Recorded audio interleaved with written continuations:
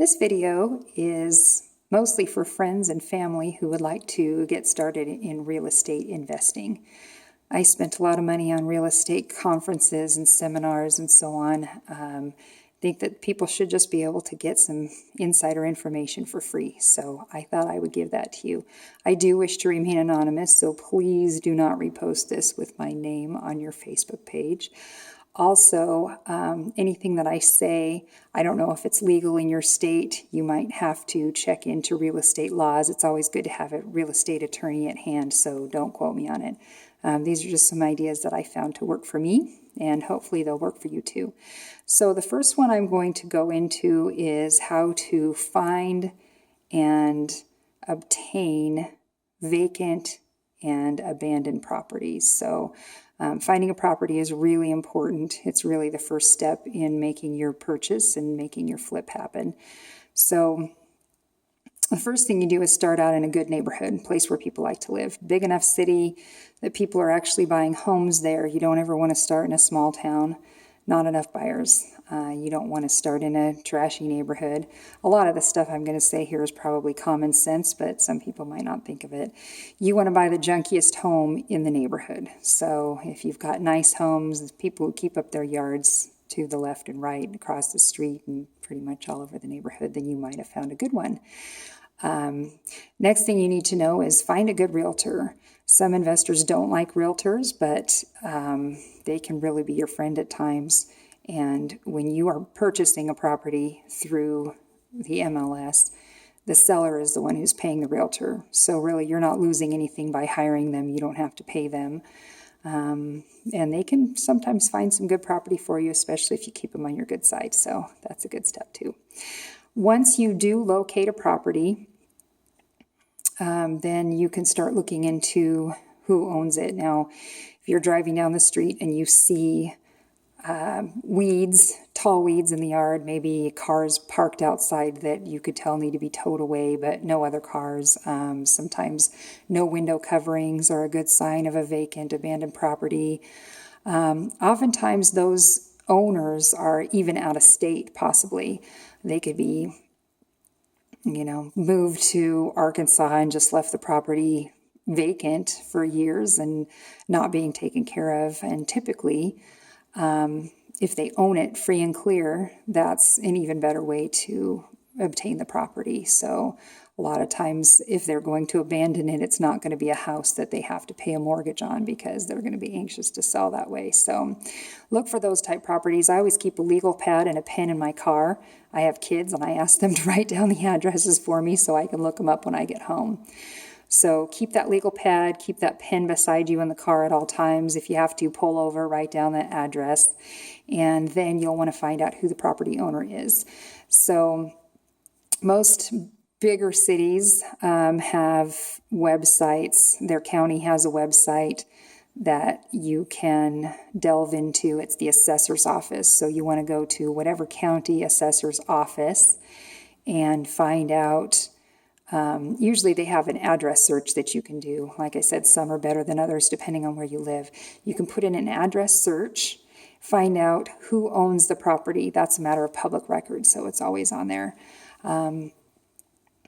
Typically, you can look up the bill. You can actually find a bill on some of the websites that have the owner's physical mailing address, which may be different than the subject property. So you're going to want to look and see if you can access a bill. If their property address, their mailing address is different than the property, then you can bet that it's somebody who owns it but does not live there. It's non-owner occupied. So if maybe they've rented it out to somebody and those people have moved out, maybe their tenants are not taking good care of it, but either way you know that it's a property that they own and are not living in if you see that their address is different on their bill. So those are the type that you really want to hang on to, because a lot of times if they're living there and just not keeping up the property, then it's not really going to necessarily be one that they will sell. So pay attention to those ones, put a star next to them. Then you can look up various websites to find their phone number, etc. You can use Nuber's one. can't think of any off the top of my head, but a lot of times you can put their name, sometimes their mailing address, or the property address that you found it under, and do a Google search on it, and it'll pull up a phone number one way or another to reach them. So now you have acquired a property, non-owner occupied, which are good candidates, and cat bite. And you have the information to contact the owner. Now you want to know what to say to the owner. You can call up and say, hey, I drove past your property. It doesn't look like anybody lives there, and I was just wondering if you would be interested in selling it. You could say,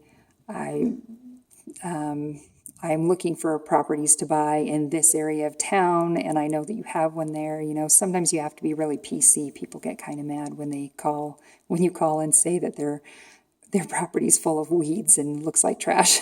So be a little bit careful, be as PC as you can. You can figure out ways to do that. Next thing that you'll want to do to locate property, a lot of people use the We Buy Houses signs and they put their phone number there. I've noticed that there are a lot of those around.